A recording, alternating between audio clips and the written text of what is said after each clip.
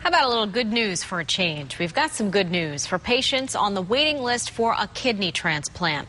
A new study suggests that kidneys from donors whose hearts have stopped are just as good as those from brainstem death patients. Doctors say this finding could increase the number of kidneys available for transplants every year. This year, more than 16,000 Americans will be diagnosed with cancer of the esophagus, a deadly disease that starts with something as common as heartburn. For patients, early detection can be the key to survival.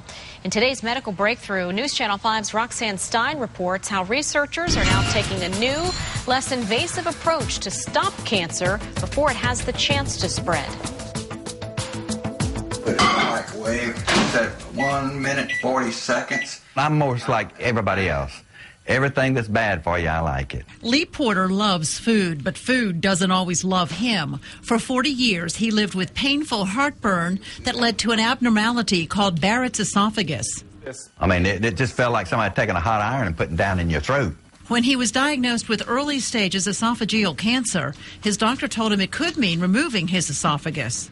They can go in there and cut you down here and pull your esophagus out and clip it off with a pencil and sew it back up and jam it back in your chest. And I said, well, that don't sound like it'd be very much fun. The Mayo Clinic offered him a less invasive alternative, endoscopic mucosal resection. This is using a special high-definition endoscope.